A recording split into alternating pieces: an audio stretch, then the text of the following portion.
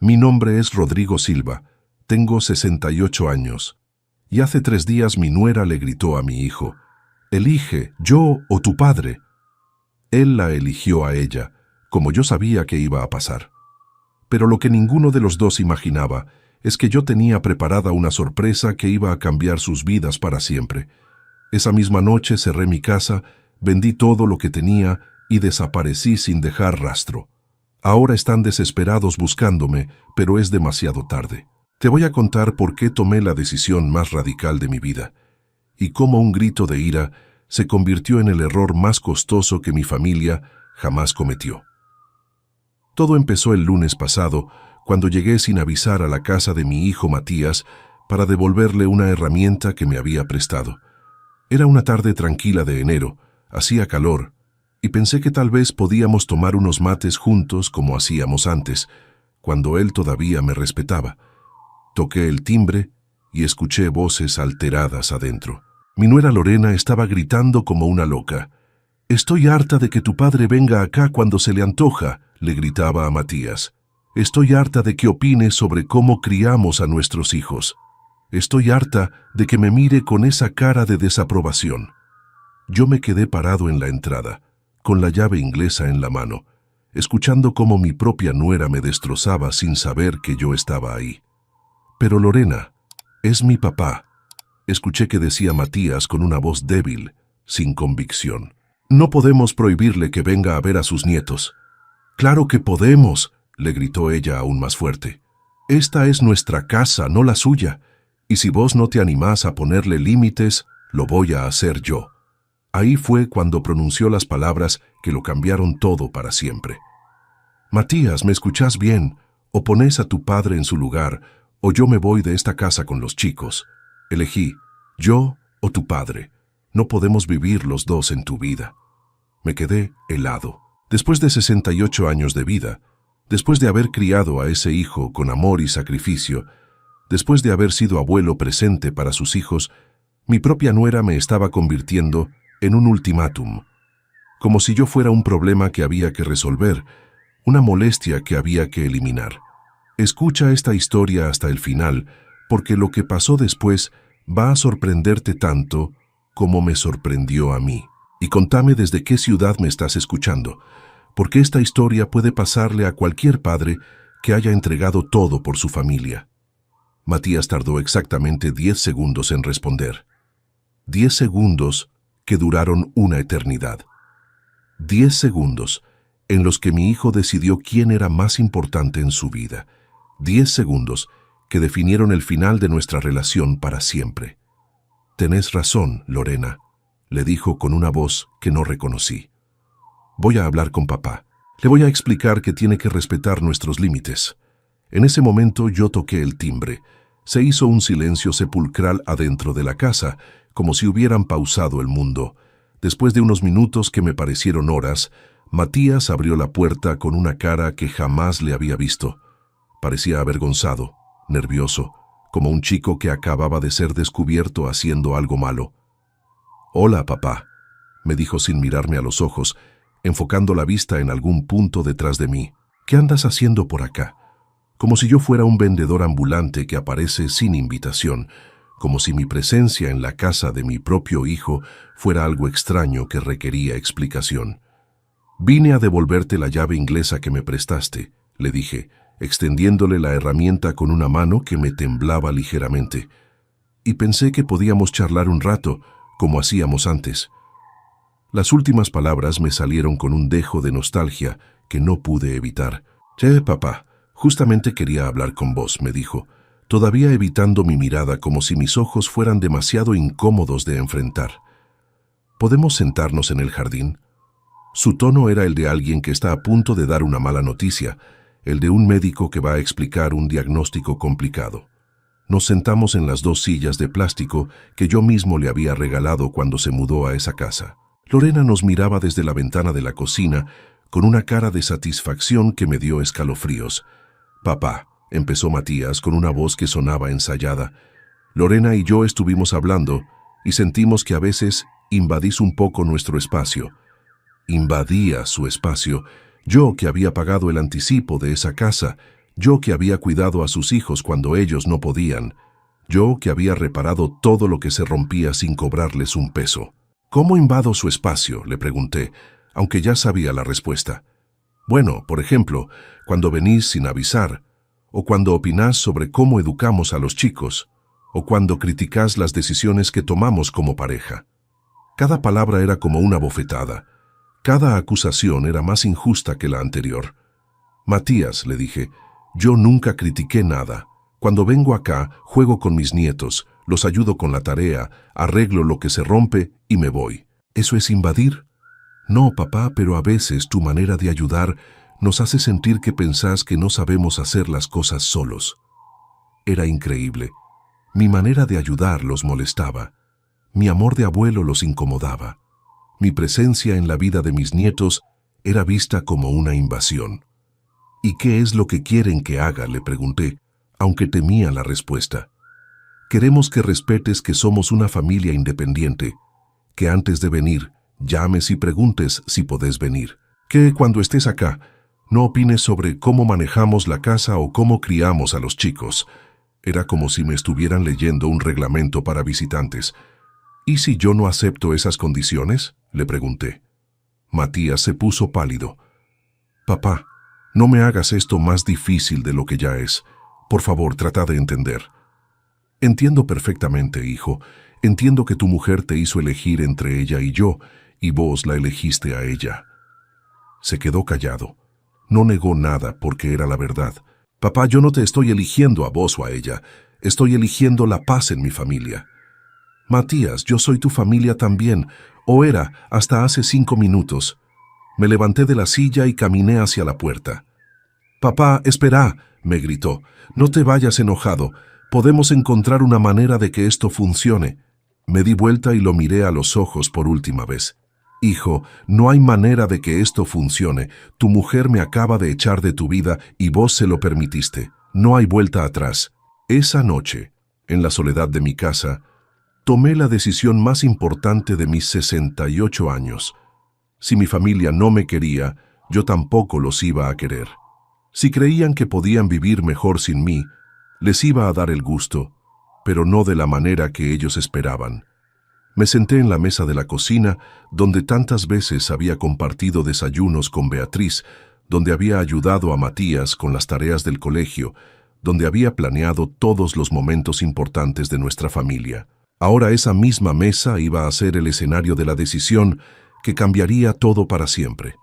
Saqué una hoja de papel y escribí una lista de todo lo que tenía que hacer. No era una decisión impulsiva nacida de la bronca del momento. Era una decisión calculada, fría, definitiva. Si ellos habían calculado fríamente que yo sobraba en sus vidas, yo iba a calcular fríamente cómo desaparecer de la manera más impactante posible. Primero, transferir todo mi dinero a una fundación benéfica. Segundo, vender la casa lo antes posible. Tercero, mudarme lejos donde nadie me conociera. Cuarto, desaparecer sin dejar rastro.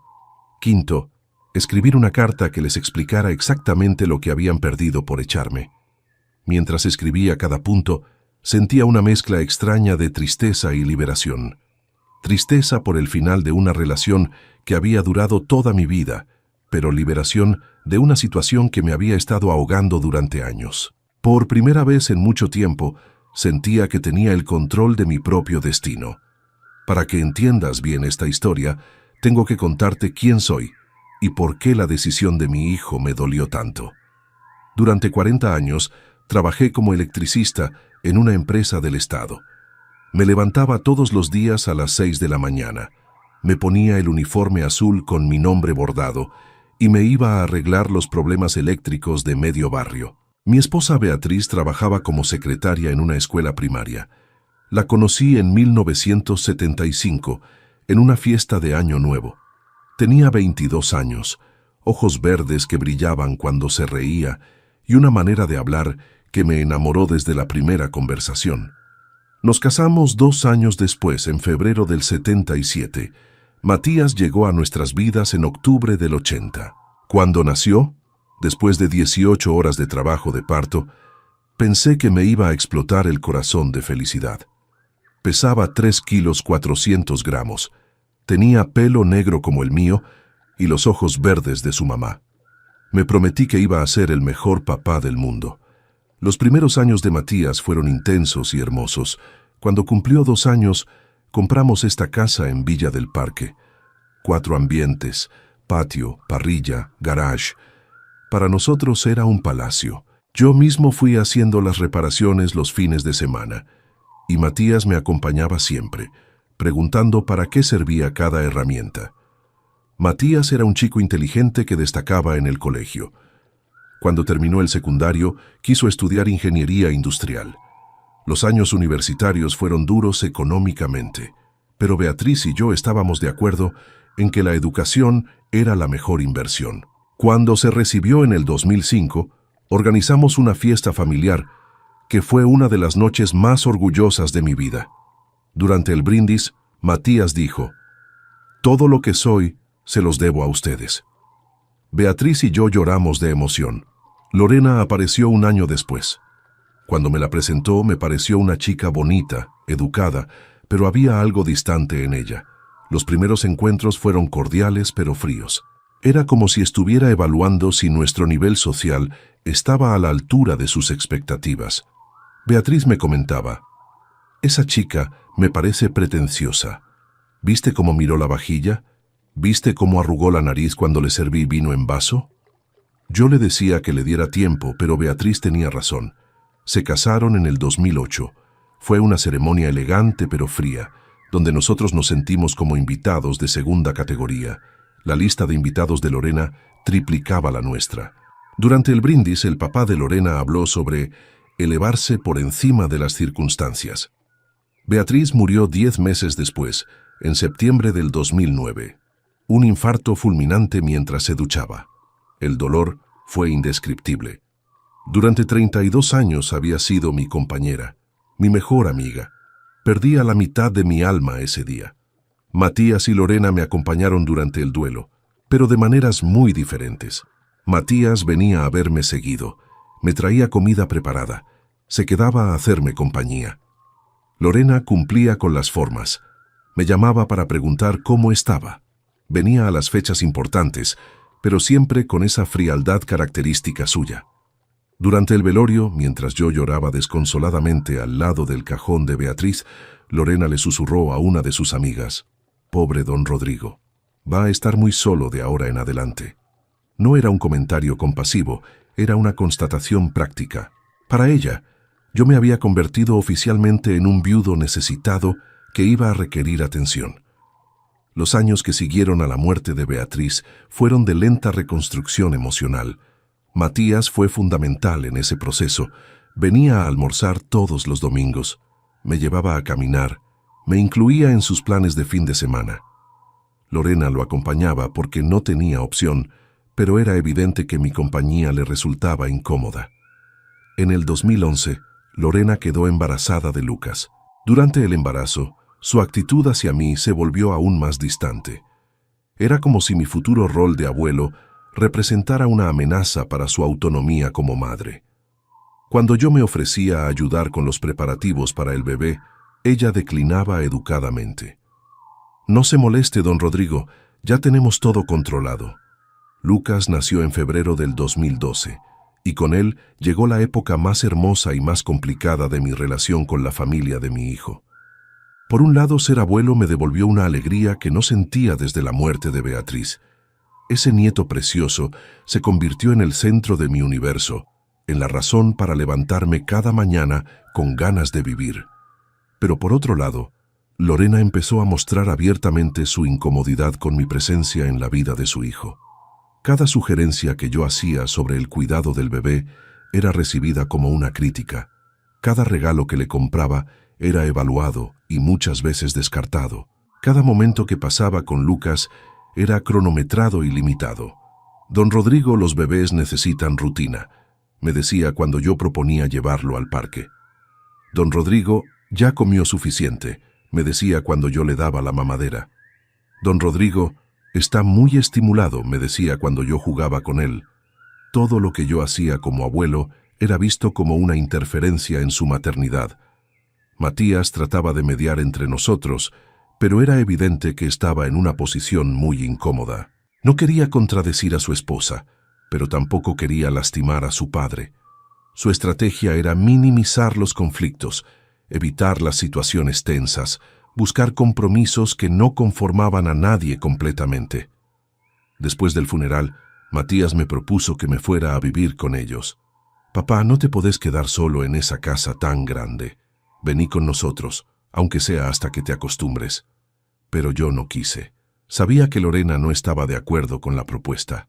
Lo podía ver en su cara. Además, necesitaba procesar el dolor de la pérdida en mi propio espacio.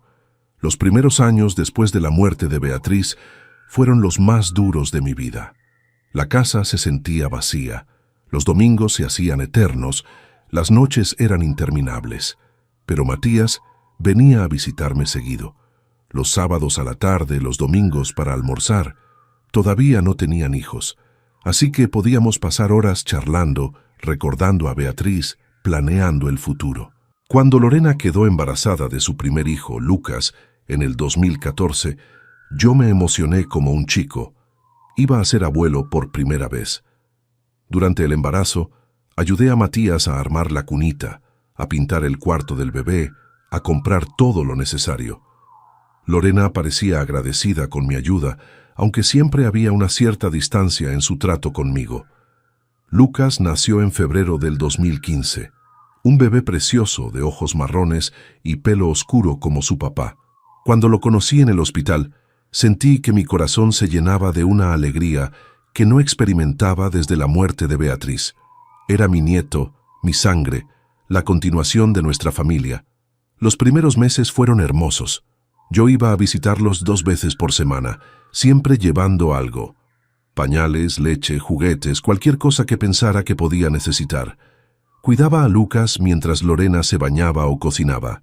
Le cambiaba los pañales, le daba la mamadera, lo hacía dormir cantándole las mismas canciones que le cantaba a Matías cuando era bebé. Pero de a poco empecé a notar que Lorena se ponía incómoda cuando yo estaba mucho tiempo en su casa. «Don Rodrigo, no se moleste tanto», me decía cuando yo insistía en lavar los platos después de almorzar. «Don Rodrigo, ya compramos pañales», me decía cuando yo aparecía con bolsas del supermercado. Cuando Lucas cumplió 2 años, Lorena quedó embarazada otra vez, esta vez de Sofía, que nació en noviembre del 2017. Con 2 chicos pequeños, pensé que iban a necesitar más ayuda que nunca, pero fue lo contrario. Lorena empezó a ser cada vez más territorial con los chicos, más protectora, más reacia a aceptar mi ayuda. «Los chicos necesitan rutina», me decía cuando yo proponía llevarlos al parque. «Los chicos no pueden comer tanto dulce», me decía cuando yo les compraba golosinas. «Los chicos tienen que aprender a jugar solos», me decía cuando yo trataba de entretenerlos con juegos. Las visitas se fueron espaciando. De 2 veces por semana, pasé a 1 vez por semana. Después, a cada 15 días. Después, solo para los cumpleaños y las fiestas importantes. Cada vez que iba, sentía que estaba molestando, que mi presencia era tolerada, pero no deseada. El año pasado, cuando Lucas empezó primer grado, yo me ofrecí a buscarlo por el colegio, los días que Lorena trabajaba hasta tarde. «No hace falta, don Rodrigo», me dijo. «Ya arreglé con una vecina». Cuando Sofía cumplió 5 años, yo quise organizar una fiesta en mi casa, con torta casera y globos como hacía Beatriz para los cumpleaños de Matías. «No, don Rodrigo, ya tenemos todo organizado en un salón». Me di cuenta de que para Lorena yo no era el abuelo de sus hijos, sino un estorbo bien intencionado que había que manejar con diplomacia. Para ella, mis ganas de participar en la crianza de mis nietos eran una invasión a su maternidad. Mi amor de abuelo era visto como una intromisión molesta, pero lo que más me dolía era ver cómo Matías permitía todo esto sin decir nada. El mismo hijo que había crecido rodeado del amor de sus abuelos, paternos y maternos, ahora le negaba esa experiencia a sus propios hijos por complacer a su mujer. Los abuelos de Matías habían sido fundamentales en su crianza. Mi papá, Juan Silva, lo llevaba a pescar todos los domingos cuando era chico. Mi mamá, Rosa, le enseñó a cocinar, a jugar a las cartas, a valorar las tradiciones familiares. Los papás de Beatriz, que vivían en el campo, lo recibían durante las vacaciones de verano y le mostraban cómo ordeñar las vacas, cómo sembrar verduras, cómo disfrutar de la vida simple. Matías tenía los mejores recuerdos de sus abuelos. Siempre me contaba anécdotas de las aventuras que vivía con ellos, de las cosas que aprendía, del cariño especial que solo los abuelos pueden dar. Por eso me resultaba tan incomprensible que ahora les negara esa misma experiencia a Lucas y Sofía. Pero había algo que ni Matías ni Lorena sabían sobre mí, algo que había estado guardando durante todos estos años de desprecio y distanciamiento. Un secreto que estaba a punto de cambiar todo para siempre. Cuando me jubilé hace 8 años, recibí una indemnización importante de la empresa donde había trabajado durante 4 décadas.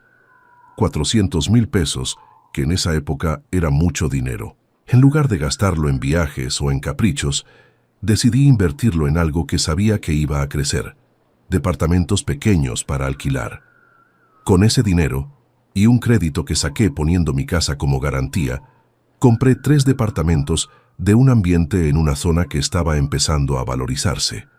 Departamentos que alquilé a estudiantes universitarios y empleados jóvenes. Durante 8 años, esos 3 departamentos me dieron un ingreso fijo que complementaba perfectamente mi jubilación. Pero hace 2 años, cuando la zona se puso de moda, el valor de los departamentos se disparó. Una inmobiliaria me hizo una oferta que no podía rechazar: 2 millones de pesos por los 3 departamentos juntos. Los vendí sin dudar y puse toda esa plata en plazo fijo. Además, esta casa donde vivo, que Matías siempre creyó que era modesta, en realidad está en una zona que se valorizó muchísimo en los últimos años. Una tasación reciente me dice que vale 1.800.000 pesos. En total, mi patrimonio suma más de 4 millones de pesos. 4 millones de pesos. Rodrigo Silva, el electricista jubilado que vive solo y come fideos todos los días, tenía un patrimonio que lo convertía en una persona muy acomodada. Pero nunca les conté nada a Matías ni a Lorena. Quería guardar esa plata para ayudarlos cuando realmente lo necesitaran, para asegurarles un futuro mejor, para dejarles una herencia que les cambiara la vida. Imaginaba el día en que Matías quisiera comprar una casa más grande, o cuando los chicos necesitaran plata para estudiar en la universidad. Imaginaba poder decirle: hijo, no te preocupes por la plata, el abuelo te va a ayudar. Imaginaba la cara de felicidad de mis nietos cuando se enteraran de que el abuelo que tanto querían les había dejado un futuro sin preocupaciones económicas. Pero ese grito de Lorena cambió todo. Elige, yo o tu padre, y Matías me eligió a mí, para echarme de su vida. Esa noche, después de la humillante conversación con mi hijo, saqué todos mis papeles de la caja fuerte y tomé la decisión más radical de mi vida. Si mi familia no me quería, yo tampoco los iba a querer, y mi plata tampoco. El martes por la mañana fui al banco y transferí los 4 millones de pesos a la cuenta de una fundación que ayuda a adultos mayores abandonados por sus familias. Una fundación que construye hogares dignos para abuelos que han sido descartados por sus hijos, que les da una segunda oportunidad de sentirse queridos y respetados. Después fui a una inmobiliaria y puse mi casa en venta. Quiero venderla rápido, les dije. No me importa si tengo que bajar un poco el precio. El agente inmobiliario me miró sorprendido. Don Rodrigo, ¿está seguro? Esta casa está en excelente estado. Si esperamos un poco, podemos conseguir mejor precio. Joven, le dije, tengo 68 años y ya tomé mi decisión. Quiero que esté vendida antes del viernes. El miércoles apareció un comprador que ofreció 1.600.000 pesos. Acepté inmediatamente. Con esa plata compré una casa pequeña pero cómoda en Villa Carlos Paz, a 400 kilómetros de acá, cerca de las sierras, en un barrio tranquilo donde nadie me conoce. El jueves empaqué mis cosas más importantes en 2 valijas y contraté una empresa de mudanzas para que se llevaran mis muebles el viernes. El resto lo regalé a los vecinos. La ropa que no me servía, los electrodomésticos viejos, los libros, todo lo que había acumulado durante décadas. El viernes a la tarde, Cuando la empresa de mudanzas terminó de llevarse lo último, cerré la puerta de mi casa por última vez. Dejé las llaves en el buzón para el nuevo dueño, subí a mi auto y me fui para Villa Carlos Paz sin avisarle a nadie. En el asiento del acompañante llevaba una carta que había escrito para Matías. Una carta que se la iba a dar el portero del edificio donde él trabaja el lunes por la mañana. Una carta que iba a cambiar su vida para siempre. La carta decía: Matías, cuando leas esta carta, yo ya voy a estar viviendo en otra ciudad. Tu mujer consiguió lo que quería, que yo desapareciera de sus vidas. Te felicito por la elección que hiciste. Elegiste correctamente. En esta carta van los documentos que prueban que acabo de donar 4 millones de pesos a una fundación de ancianos abandonados. Plata que era para vos, para Lorena y para mis nietos, pero que ahora va a ayudar a abuelos que sí son valorados por alguien. También van las escrituras de venta de mi casa. Ya no tengo nada que te pueda dejar como herencia. Ya no tengo nada que me ate a esta ciudad. Espero que seas muy feliz con tu nueva familia, la que elegiste cuando tuviste que decidir. No me busques, no me llames, no quiero saber nada más de ustedes. Rodrigo Silva, ex padre de Matías. El lunes, mientras yo estaba desayunando tranquilo en mi casa nueva de Villa Carlos Paz, Matías recibió esa carta en su oficina. Me llamó desesperado. Sonó mi teléfono 10 veces seguidas. No atendí ninguna llamada. Después me mandó mensajes de WhatsApp desesperados. Papá, por favor, aténdeme. Papá, no entiendo qué pasó. Papá, ¿dónde estás? Papá, perdóname. Papá, podemos solucionar esto. Papá, por favor, no hagas esto. Papá, los chicos te extrañan. Papá, cometí un error. Papá, Lorena dice que puede cambiar. Papá, necesito hablar con vos. Bloqueé su número. Cambié mi número de teléfono. Cerré mis redes sociales. Desaparecí digitalmente de sus vidas como ellos me habían hecho desaparecer emocionalmente de las suyas. El martes, Matías fue a mi casa vendida. El nuevo dueño le dijo que yo me había mudado, pero no sabía a dónde. Habló con los vecinos. Nadie sabía nada porque yo no le había contado a nadie mis planes. Fue a la policía a hacer una denuncia por persona mayor desaparecida. Le dijeron que no podían hacer nada porque yo había dejado una carta explicando mi decisión. Durante 2 semanas Matías me buscó desesperadamente. Contrató a un detective privado. Habló con todos mis conocidos. Fue a todos los lugares donde yo solía ir, pero yo había desaparecido como si me hubiera tragado la tierra. La realidad es que estaba a solo 400 kilómetros de distancia, pero para él era como si estuviera en otro planeta. Había cortado todos los vínculos con mi vida anterior. Había empezado de cero a los 68 años. En Villa Carlos Paz encontré algo que no tenía hace años. Paz. Mi casa nueva es pequeña pero cómoda. Tiene 2 dormitorios, living comedor, cocina y un patiecito con plantas. Está en una calle tranquila, con vecinos amables que no me conocen como el papá de Matías, sino como Rodrigo, el jubilado que se mudó desde la capital. Me inscribí en un club de adultos mayores, donde juego al truco los martes y jueves, donde hago gimnasia los lunes y miércoles, donde participo en actividades culturales los fines de semana. Conocí a gente maravillosa que me trata como si fuera importante, como si mis opiniones importaran, como si mi compañía fuera buscada y no tolerada. Don Alberto, un ex contador de 72 años que también está solo porque sus hijos se fueron al exterior, se convirtió en mi mejor amigo. Almorzamos juntos todos los días, compartimos las noticias del diario, nos contamos anécdotas de nuestras épocas de trabajo. Rodrigo, me dice siempre, vos hiciste lo correcto. Nadie tiene derecho a tratarte mal, ni siquiera tu propia familia. Doña Carmen, una viuda de 65 años que tiene una sonrisa hermosa y una manera muy dulce de hablar, me invita seguido a tomar mate en su casa. Sus hijos la visitan todos los domingos, la llaman por teléfono todos los días, la tratan como si fuera una reina. ¿Cómo puede ser que tu hijo te haya tratado así?, me pregunta indignada cuando le cuento mi historia. Los hijos que no valoran a sus padres no merecen a sus padres. Hace un mes en el club Conocí al doctor Esperanza, un psicólogo jubilado que se especializa en temas familiares. Durante una charla sobre los adultos mayores y la familia moderna, él dijo algo que me marcó profundamente. A veces los padres tienen que irse para que los hijos aprendan a valorarlos. A veces el amor incondicional se confunde con tolerancia al maltrato. Después de la charla hablé con él en privado. Le conté toda mi historia. El doctor Esperanza me escuchó sin juzgar, sin dar consejos fáciles. Al final me dijo: «Rodrigo, usted hizo lo que tenía que hacer. Defendió su dignidad. A los 68 años todavía está a tiempo de ser feliz. No se sienta culpable por haber elegido su propio bienestar». Hace 3 semanas pasó algo que me confirmó que había tomado la decisión correcta. Estaba en el supermercado comprando verduras cuando me encontré con una señora que parecía conocerme. «¿Usted no es Rodrigo Silva?», me preguntó. «¿El papá de Matías?». Era la mamá de un compañero de trabajo de mi hijo. «Sí, soy yo», le dije, preparándome para una conversación incómoda. «Ay, qué bueno encontrarlo», me dijo. «Matías me contó que usted se había mudado.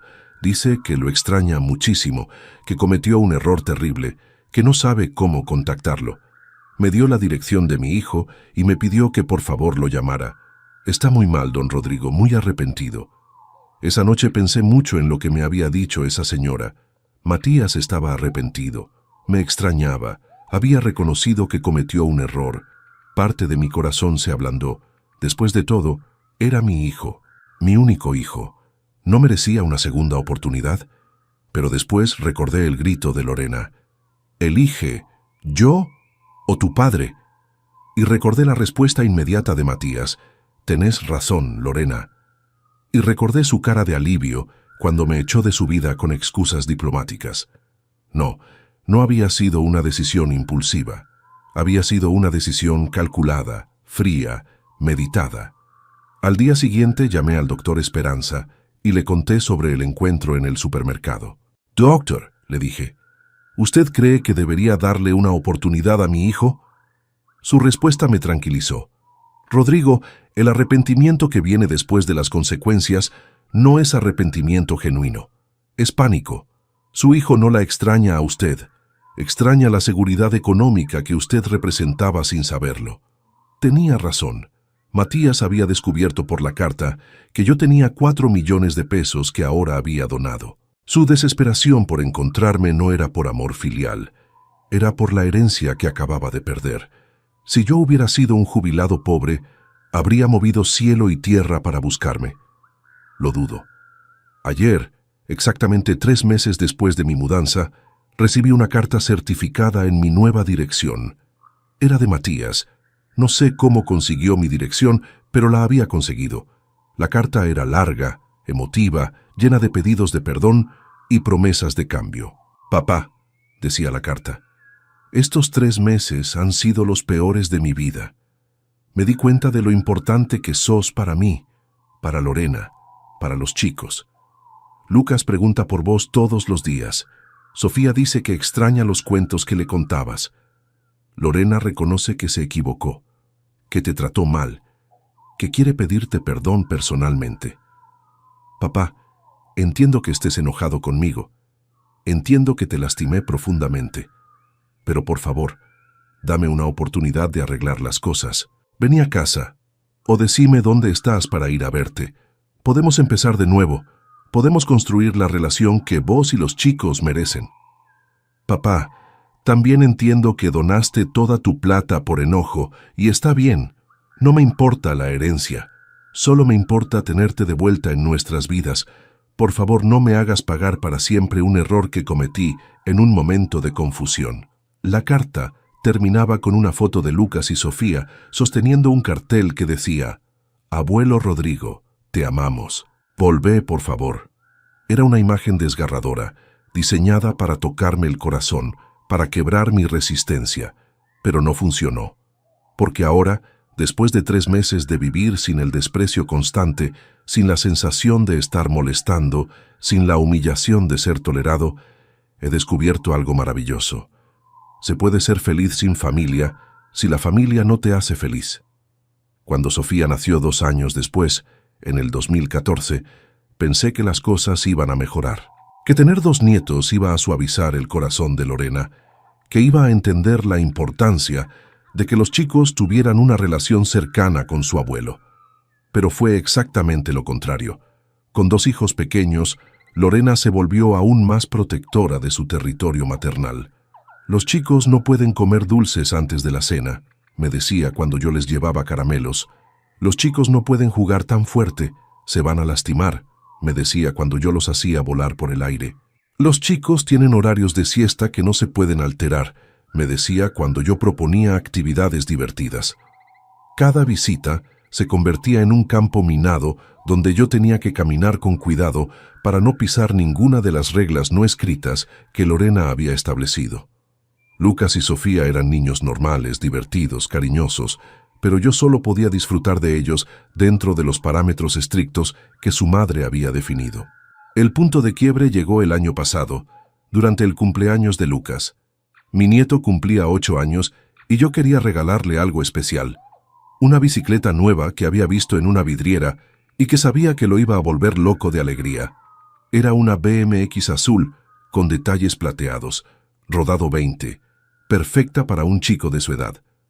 Me costó 2 meses de jubilación, pero la compré sin dudar. La llevé envuelta hasta su casa el día de la fiesta, emocionado por ver su reacción. Cuando Lucas la vio, gritó de alegría. Me abrazó fuerte y me dijo, «Abuelo, es la bicicleta más linda del mundo». Por un momento sentí que todo el esfuerzo había valido la pena. Pero la alegría me duró poco. Lorena se acercó con una sonrisa forzada y me dijo delante de todos los invitados, «Don Rodrigo, qué generoso, pero no tenía que haberse gastado tanto. Lucas ya tiene bicicleta».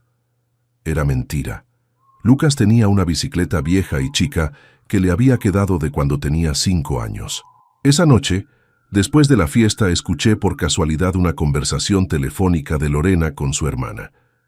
Sí, el abuelo le regaló una bicicleta carísima. No sé de dónde saca tanta plata un jubilado. Debe estar gastando todos sus ahorros en regalos exagerados para quedar bien con los chicos. Esas palabras me hirieron profundamente. No era que Lorena no apreciara mi gesto, sino que lo veía como una estrategia manipulativa para ganar el cariño de mis nietos. Para ella, mi amor de abuelo era sospechoso. Mis regalos eran exagerados, mi presencia era incómoda. Desde ese día, hasta el ultimátum del lunes pasado, las cosas fueron empeorando gradualmente. Las visitas se espaciaron aún más. Las invitaciones a celebraciones familiares llegaban cada vez más tarde y con menos entusiasmo. Los llamados telefónicos se volvieron protocolares y breves.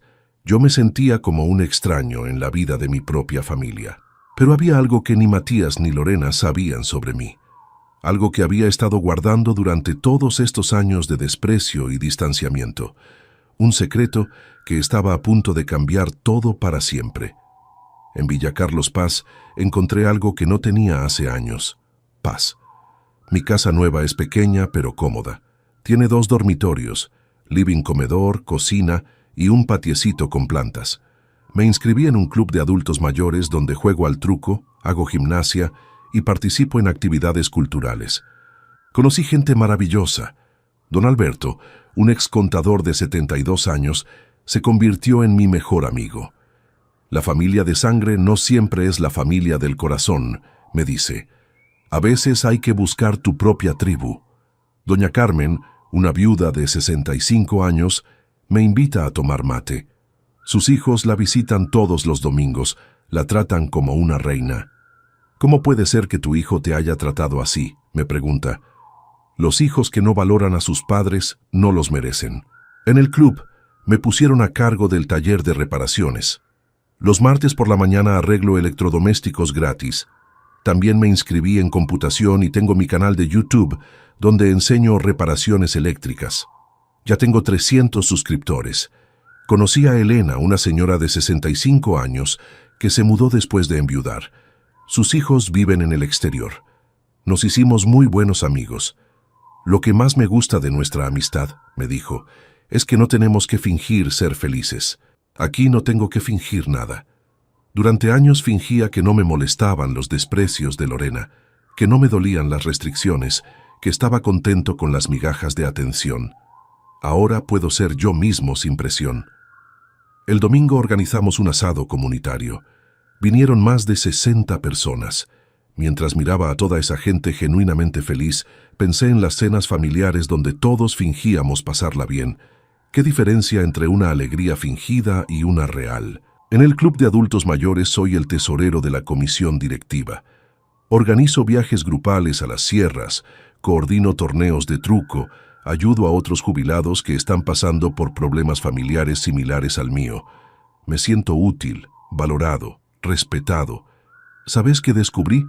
Que el amor no se mendiga, que el respeto no se negocia, que la dignidad no tiene precio, y que nunca, pero nunca, es demasiado tarde para empezar de nuevo. Mi hijo perdió a su padre por complacer a una mujer caprichosa. Mis nietos perdieron a su abuelo por la ambición de una madre que los usa como rehenes emocionales. Y yo perdí una familia disfuncional, pero gané una vida tranquila. ¿Me duele? Por supuesto que me duele. Lucas y Sofía no tienen la culpa de tener padres que no supieron valorar al abuelo. Ellos van a crecer sin los cuentos, sin las aventuras, sin el amor incondicional que solo un abuelo puede dar. Van a crecer pensando que los abuelos son prescindibles, que los mayores estorban, que la familia se puede descartar cuando conviene, pero ya no es mi responsabilidad enseñarles esos valores. Esa responsabilidad era de Matías, y él la perdió cuando eligió la comodidad sobre la justicia. La carta de mi hijo sigue sobre la mesa de la cocina, sin responder. Todos los días la miro y me pregunto si debería contestarla. Todos los días llego a la misma conclusión. Algunas heridas son demasiado profundas para sanar. Algunas decisiones son demasiado reveladoras para perdonar. Matías no me echó de su casa en un momento de ira. Me echó después de escuchar a su mujer durante meses hablando mal de mí. Después de permitir que me faltaran el respeto repetidas veces. Después de calcular fríamente que era más conveniente quedarse conmigo o con ella. La elección que hizo no fue emocional, fue estratégica. Y yo también tomé una decisión estratégica. Elegí mi propia felicidad sobre su comodidad. Mañana es mi cumpleaños 69. El club organizó una fiesta sorpresa con torta, música y regalos. Don Alberto me dijo que van a venir más de 40 personas a festejar conmigo. 40 personas que me quieren sin condiciones, que valoran mi amistad, que celebran mi existencia. El año pasado, cuando cumplí 68, Matías me regaló una camisa que había comprado apurado en el shopping. Lorena me dio un beso en la mejilla sin ganas, y los chicos me hicieron un dibujito que probablemente les pidió hacer la maestra del colegio. Estuvieron media hora en mi casa, comieron un pedazo de torta y se fueron porque los chicos tienen que bañarse temprano. Este año voy a tener la celebración de cumpleaños más linda de mi vida, rodeado de gente que realmente quiere estar ahí. Y vos que me escuchaste hasta acá, que me acompañaste durante toda esta historia, quiero que te lleves una enseñanza muy clara. La familia no es sagrada si te hace sufrir. El amor filial no es incondicional si viene con condiciones humillantes. Los hijos no tienen derecho a maltratar a sus padres solo porque son sus hijos. Si alguien en tu familia te está haciendo elegir entre tu dignidad y su comodidad, elegí tu dignidad. Si alguien te está tratando como si fueras un estorbo, demostrales que pueden vivir sin ese estorbo. Si alguien te está dando por sentado, enséñales lo que es extrañarte. Mi nombre es Rodrigo Silva. Tengo 68 años. Perdí una familia, pero encontré la paz. Mi nuera ganó. Ya no tiene que tolerar al suegro molesto. Mi hijo ganó. Ya no tiene que mediar entre su mujer y su padre. Mis nietos perdieron, pero van a aprender a vivir sin abuelo como tantos otros chicos. Y yo gané más de lo que perdí. Gané autoestima, gané tranquilidad, gané una nueva familia que me eligió como yo los elegí a ellos. ¿Vos qué elegirías? ¿La paz con dignidad o la familia con humillación? Contame qué harías en mi lugar y desde qué ciudad me estás escuchando. Porque al final, la vida es muy corta para gastarla pidiendo amor a gente que no sabe darlo, y muy valiosa para desperdiciarla con gente que no sabe valorarla. Mi casa en Villa Carlos Paz tiene una placa en la entrada que dice: «Aquí vive alguien que se eligió a sí mismo». Y nunca me sentí más orgulloso de una decisión en toda mi vida.